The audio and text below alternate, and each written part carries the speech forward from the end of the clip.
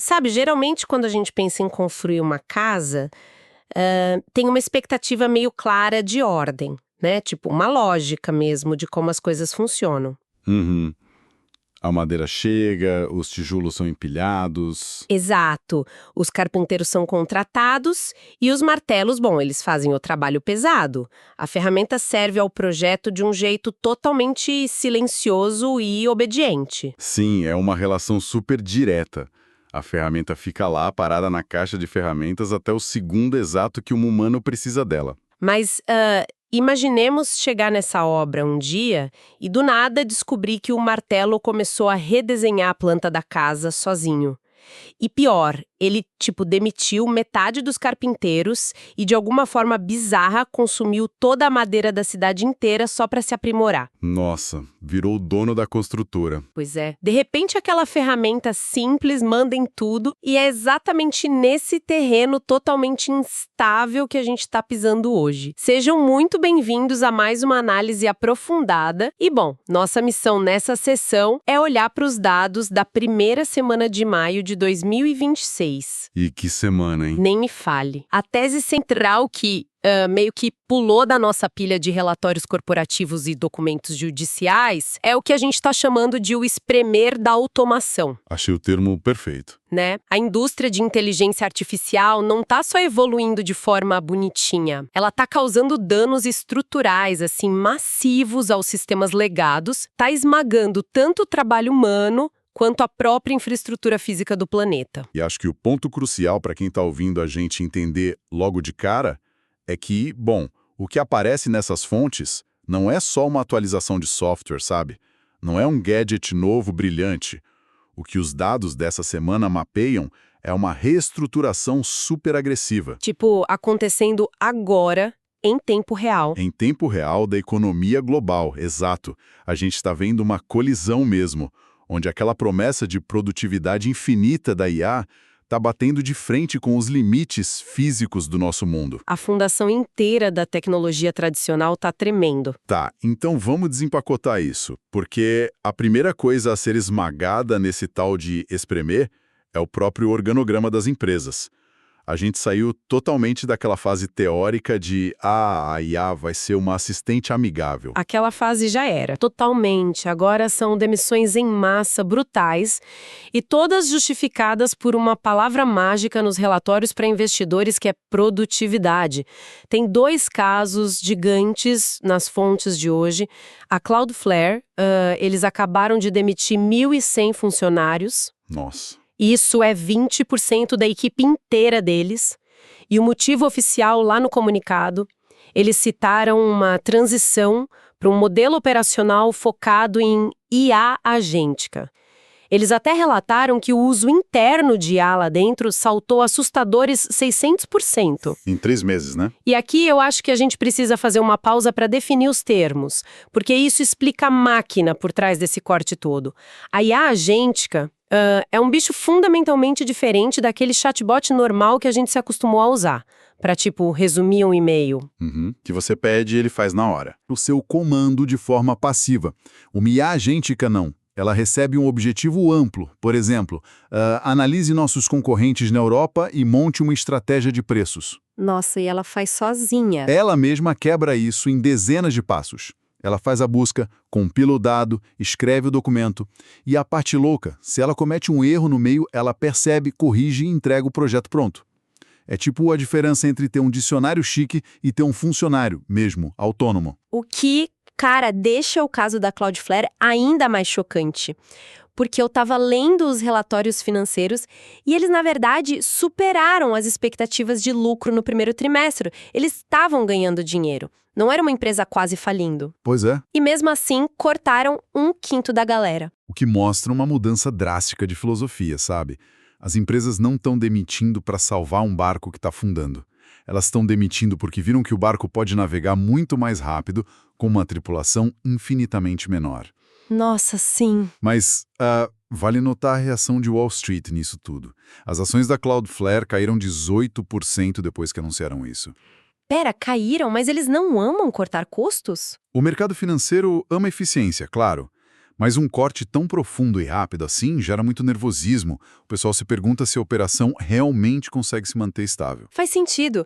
E é um expurgo sistemático de quem trabalha em escritório. E não parou na Cloudflare. A Coinbase cortou cerca de 700 empregos. Isso dá 14% do quadro. Gastaram até 60 milhões de dólares só com verba rescisória. E a justificativa do CEO é: olha, vou te falar, eu como cética achei aterrorizante. A tal das equipes de uma pessoa só, né? Isso. Eles estão achatando a hierarquia para 5 níveis e criando essas equipes de uma pessoa só. A ideia é que uma pessoa sozinha, armada com esses agentes de IA, vai absorver o trabalho de engenharia, de design e de produto. Tudo ao mesmo tempo. E, não é só uma roupagem elegante para romantizar o esgotamento profissional absoluto. Como é que um cérebro humano lida com 3 departamentos? Impossível. E o cinismo corporativo por trás dessas eficiências grita nas entrelinhas dos relatórios que a gente avaliou. O objetivo não é o bem-estar de ninguém. A produtividade da IA está sendo usada como uma ferramenta cirúrgica para cortar custos e precarizar o trabalho intelectual. Sem dúvida. Pensa no designer da Coinbase.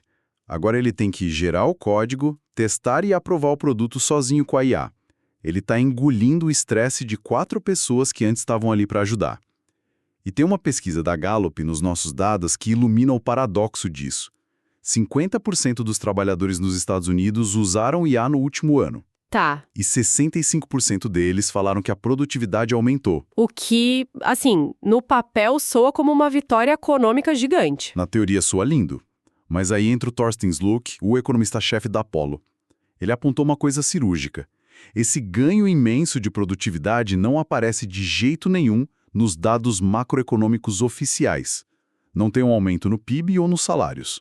A conta não fecha. Não fecha. O que isso significa é que a riqueza gerada por essa eficiência não está circulando. Ela está ficando presa lá no topo, nas margens de lucro das corporações. E quem está na base tem que fazer o triplo do trabalho só para não ser a próxima linha vermelha na planilha de corte. E a tecnologia que está servindo de desculpa para essa compressão não para, né? Os relatórios detalham que a OpenAI lançou o GPT 5.5 Instant focando em reduzir aquelas alucinações onde a IA inventa coisas. Mas o que assusta mesmo é a pontuação de 81.2 naquele teste de matemática, o AIME 2025. E por que matemática importa tanto?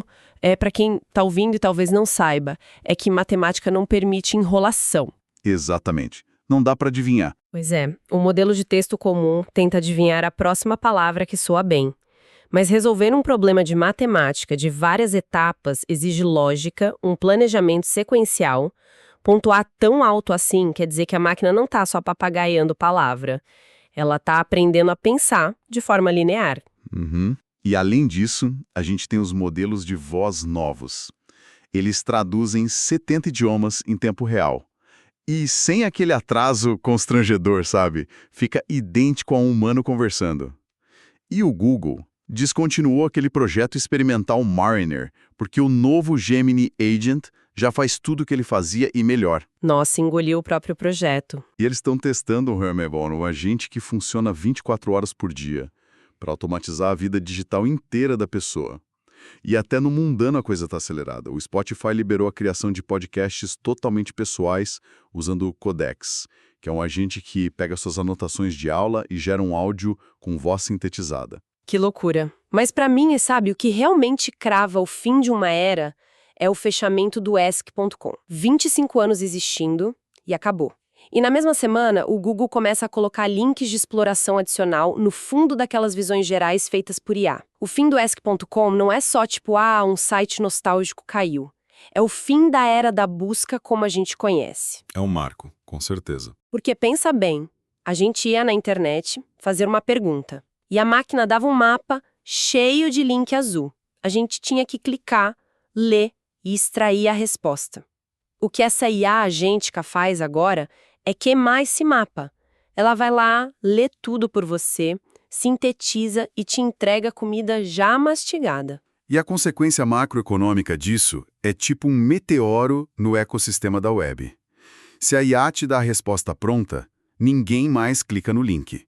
Isso acaba com o tráfego dos sites, destrói a receita de anúncio e toda a base do comércio digital antigo.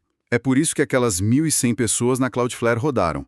A infraestrutura para suportar a internet de antigamente está sumindo. Nossa, isso leva a gente para o nosso segundo grande ponto, que é uma barreira muito, muito física.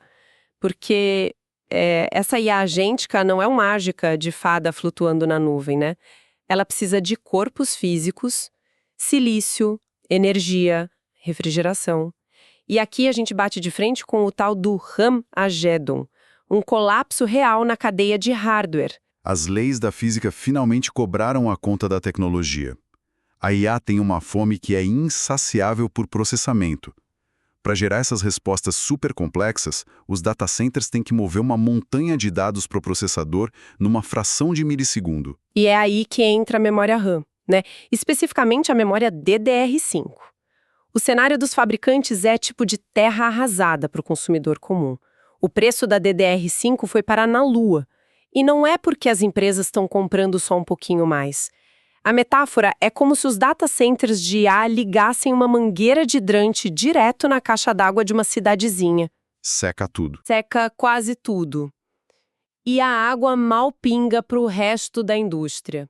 Como resultado direto disso, um monte de gigantes de Taiwan, tipo Asus, ASRock, Gigabyte MSI, elas tiveram que cortar a projeção de venda de placa-mãe para 2026 em 25% a 30%. A Asus caiu de 15 milhões de unidades para só 10 milhões. É absurdo. E é basicamente o mercado corporativo de IA sufocando o consumidor final, o usuário comum. Dá para ver o efeito dominó. A Valve vai ter que adiar a Steam Machine. A NVIDIA simplesmente cancelou a linha de placas de vídeo RTX 50 Super, que seria para gamers. Eles cancelaram. Cancelaram. Porque, olha só do ponto de vista de negócios, não faz o menor sentido usar o espaço precioso de uma fábrica para fazer chip barato de videogame, quando tem gente construindo data center disposto a pagar dezenas de milhares de dólares num chip de IA. Caramba! Mas espera aí. A gente sabe que nessa cadeia alimentar da tecnologia, o predador supremo é a Apple, certo? Eles que inventaram a logística moderna de suprimento. Como é que a Apple também está sendo ameaçada? Tem uma fonte indicando que eles podem abandonar um MacBook New de $599 porque faltou chip. A Apple não tem, tipo, passe VIP máximo em qualquer fábrica do planeta? Passe VIP no contrato eles têm. Mas a física da linha de montagem não liga para status. O gargalo aqui é o processador A18 Pro da Apple com a TSMC lá de Taiwan. A demanda mundial por IA é tão esmagadora que a capacidade da TSMC de imprimir chips em 3 nanômetros, bateu no teto de vidro físico. Não tem mais espaço. Não tem. 3 nanômetros é complexo demais. É espremer bilhões de transistores num espaço invisível, requer uma máquina rara de litografia. A Apple queria dobrar a produção desse MacBook novo para 10 milhões, mas a TSMC simplesmente disse, não consigo. O que gera uma reviravolta que eu achei fascinante. A Apple teve que engolir o orgulho, pelo que parece. Os relatórios mostram que eles fizeram um acordo preliminar com a Intel, que é uma rival antiga, e estão conversando com a Samsung para usar a fábrica do Texas. Isso é uma intersecção gigante com a geopolítica, né? Porque a administração Trump, e a gente está vendo isso direto nos documentos do governo, tem feito uma pressão diplomática brutal para trazer a fabricação de semicondutores de volta para os Estados Unidos, para não depender tanto da Ásia. Sem tomar nenhum partido político aqui, claro, mas a política comercial de Washington está usando essa escassez como alavanca. Totalmente. É o que está escrito lá nos relatórios. E no meio desse caos de falta de hardware, tem uma ironia na NVIDIA que me deixou chocada. Eles fabricam os chips de IA, né? Mas agora eles estão usando a própria IA para desenhar a próxima geração de chips. O Bill Daley, cientista-chefe deles, detalhou que a IA atua em 5 estágios do design do chip. A máquina está se otimizando para consumir o mundo mais rápido. É um loop de retroalimentação assustador. A IA cria um hardware melhor para rodar uma IA ainda mais inteligente. Mas isso gera uma transição forçada. Se até a Apple está apanhando para conseguir espaço na fábrica, imagina os laboratórios de pesquisa. Eles perceberam que não podem depender dos outros. A falta de silício está forçando esses laboratórios a virarem monstros corporativos que a gente não tinha visto ainda. É tipo, se eu não posso comprar o hardware, eu mesma vou construir. E isso nos leva à terceira parte dessa análise, o novo império das empresas de IA e a guerra pelo capital de risco. Sim, é uma virada de chave enorme. Porque, olha, a OpenAI até outro dia era uma empresa que fazia chatbot de texto. Agora eles estão acelerando a produção de um smartphone próprio junto com a MediaTek, vai ter processador duplo de IA direto no aparelho, e a meta é botar 30 milhões de telefones no mercado até 2028.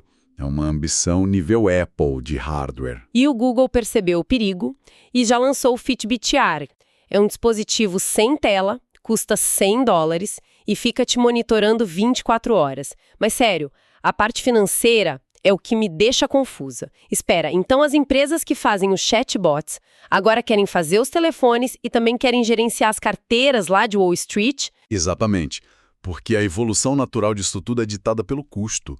O custo computacional é astronômico. Fazer essa IA agêntica exige centenas de bilhões de dólares. Então os laboratórios de ponta como o OpenAI e Anthropic estão largando aquela carinha de ambiente acadêmico focado em pesquisa. Sim, a máscara caiu. Total. Eles estão agindo como se fossem firmas de private equity, sabe? Fundos de investimento pesados. A Anthropic, por exemplo, está fechando um projeto conjunto de $1,5 bilhão com gigantes como Blackstone e Goldman Sachs. O objetivo? Colocar o modelo deles, o Claude, direto nas veias financeiras dessas empresas. A OpenAI fez a mesma coisa, criou uma divisão chamada Deployco e captou 4 bilhões de firmas de private equity para dominar a infraestrutura. E as parcerias que eles precisam fazer quando não conseguem construir os data centers, nossa, parece ficção científica. A Anthropic fechou um mega acordo com a SpaceX para usar o data center Colossus deles. E o mais irônico, o Elon Musk, que é o dono da SpaceX, antes vivia atacando a Anthropic no Twitter, chamava eles de misanthropic, dizia que era um mal pro Ocidente. O dinheiro muda a ética rapidinho, né? Quando tem bilhões de dólares em poder de processamento na mesa, os atritos somem. O próprio Musk, aliás, está fundindo a iniciativa de IA dele, a xAI, com a infraestrutura aeroespacial. Vai virar a SpaceX AI. É a fusão da inteligência artificial com logística física espacial. Essa linha entre código de computador, logística física e mercado financeiro já nem existe mais. E um exemplo surreal disso é o que a Amazon anunciou. Eles lançaram o Amazon Supply Chain Services e, na prática, além dos documentos, isso é uma declaração de guerra escancarada contra a UPS e a FedEx. Eles pegaram aquela frota gigantesca de aviões, trens e caminhões e estão alugando para terceiros. É a mesma tática que eles usaram para dominar a nuvem, não é? Sim, com o AWS, eles constroem uma infraestrutura gigante de servidores para eles mesmos e, como sobra muito espaço, alugam o resto e dominam a internet. E agora estão fazendo exatamente isso com aviões de carga e caminhões. Eles estão dominando o tráfego digital e o asfalto também. E esse nível de poder na mão de 4 ou 5 mega empresas, dominando tudo, inevitavelmente ia causar uma resposta pesada. Porque muito poder gera atrito. E esse atrito é onde a gente chega na quarta parte, que são os tribunais, os motins e os triunfos clínicos dessa loucura toda. Porque quando uma empresa tem o tamanho de um país e o algoritmo começa a esmagar o trabalho humano, as pessoas vão revidar.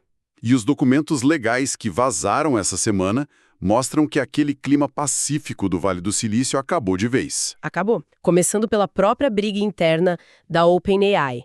A Mira Murati, que era CTO de lá, diretora de tecnologia, os advogados liberaram um depoimento dela em vídeo que é destruidor.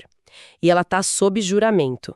Ela diz com todas as letras que o Sam Altman mentiu perante o conselho sobre a segurança de um modelo novo, diz que ele jogava os executivos uns contra os outros. É uma guerra interna pesada pelo controle de uma chave que vale trilhões de dólares. E as revelações não param nela. O Greg Brockman, que é presidente da OpenAI, os papéis mostram que ele tem quase 30 bilhões de dólares em participação, todo enrolado financeiramente com o Altman. E tem até mensagem de texto do Elon Musk no meio dessa disputa legal, ameaçando abertamente o Brockman e o Altman, dizendo que se não fizessem um acordo agressivo, eles iam virar os homens mais odiados da América. E de fora também tem bomba, né?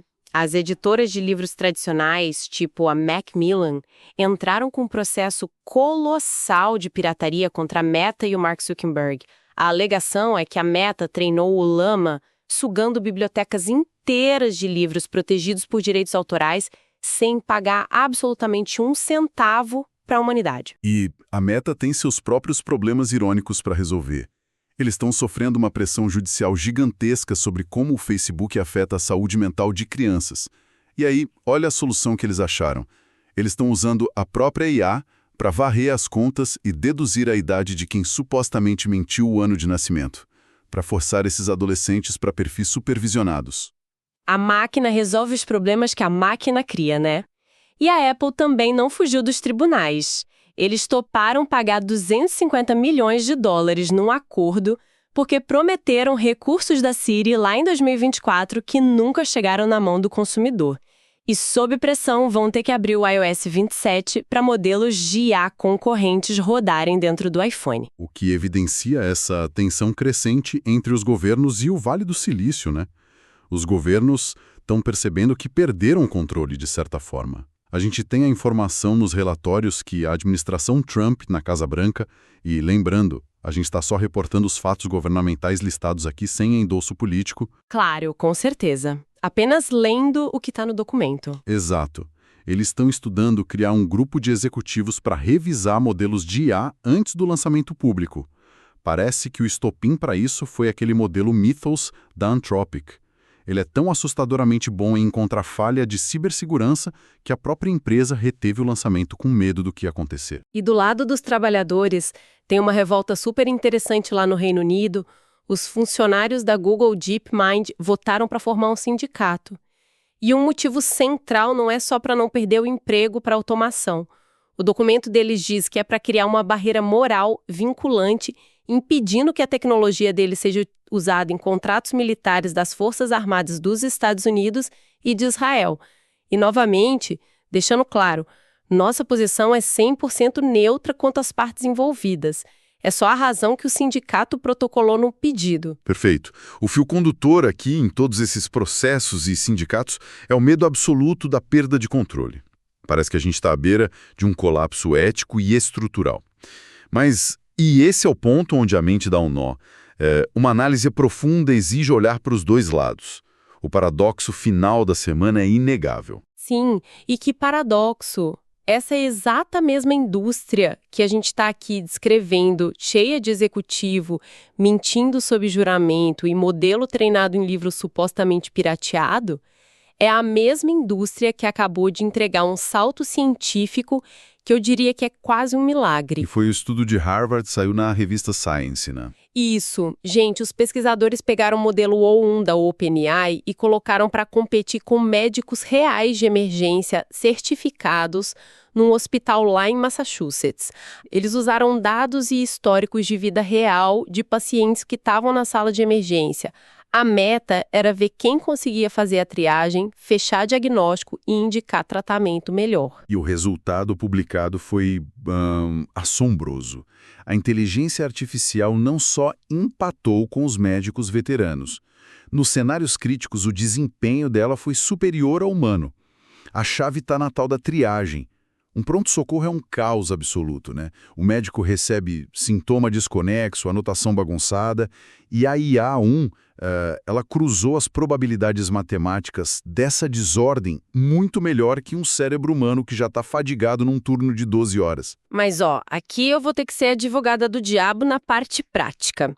Na vida real de um hospital, o paciente que chega ali, ele mente que não bebeu, ele esconde sintoma de vergonha ou então exagera a dor. O médico humano, ele olha no olho, vê o suor frio, o tom de voz da pessoa. A máquina lê um arquivo de texto. Como é que ela bate um humano assim? Se tocou num ponto crítico que os próprios pesquisadores de Harvard ressaltaram no artigo. A IA de hoje é praticamente cega e surda para sutilezas da emoção e da linguagem corporal. Isso é uma fraqueza. Só que a capacidade bruta dela de cruzar um sintoma super obscuro, com milhões de casos na literatura médica num piscar de olhos, compensou totalmente a falta de percepção emocional. A precisão técnica da máquina de achar doença rara ou cruzar remédio que não pode misturar atingiu um nível de escala que, sério, pode salvar milhares de vidas. E é por isso que, mesmo com todo esse caos corporativo, o dinheiro de Wall Street continua chovendo lá no Vale do Silício. Caramba! Bom, então essa é a foto panorâmica do campo de batalha do nosso espremer da automação, né? De um lado, a velha hierarquia do escritório está sendo pulverizada em equipes de uma pessoa só usando IA agêntica. Do outro lado, o mundo físico está rangendo, com o colapso de vendas de placa-mãe provando que nem a Apple escapa da fome por silício da IA. No meio, os laboratórios que eram centros de pesquisa viraram essas firmas financeiras brutais. E a cereja do bolo é que, no meio desse furacão de pirataria e processo, essas ferramentas realmente conseguem diagnosticar patologias letais com precisão quase divina. É um mosaico complexo que está reescrevendo as regras básicas do jogo. E para fechar essa análise das fontes, me veio uma reflexão bem incômoda, que não está escrita lá em número nenhum, mas que a gente precisa pensar fora das planilhas. Qual seria? A gente viu como essa infraestrutura física exige trilhões de dólares para rodar, e isso força o controle do sistema para a mão de 3 ou 4 megacorporações, né? Se a gente está acelerando para um mundo onde a IA faz nosso trabalho de escritório diário, decide onde investir nosso dinheiro e diagnostica nossas doenças vitais, e tudo isso rodando em computadores de meia dúzia de empresas, quem realmente vai ser o dono da nossa autonomia no futuro? Ainda seremos os usuários comandando as ferramentas? Ou vamos virar só passageiros numa infraestrutura planetária gigante que a gente não tem mais a menor ideia de como desligar? Nossa, é um pensamento final super provocativo e, vou confessar, bem assustador sobre o controle das nossas vidas, mas é com esse tipo de olhar que a gente finaliza a análise de hoje. Muito obrigada a todos que acompanharam mais esse mergulho profundo nos dados. A ideia é sempre puxar a cortina de fumaça das manchetes e entender essas engrenagens reais que estão mudando o nosso amanhã em silêncio. Até a próxima análise.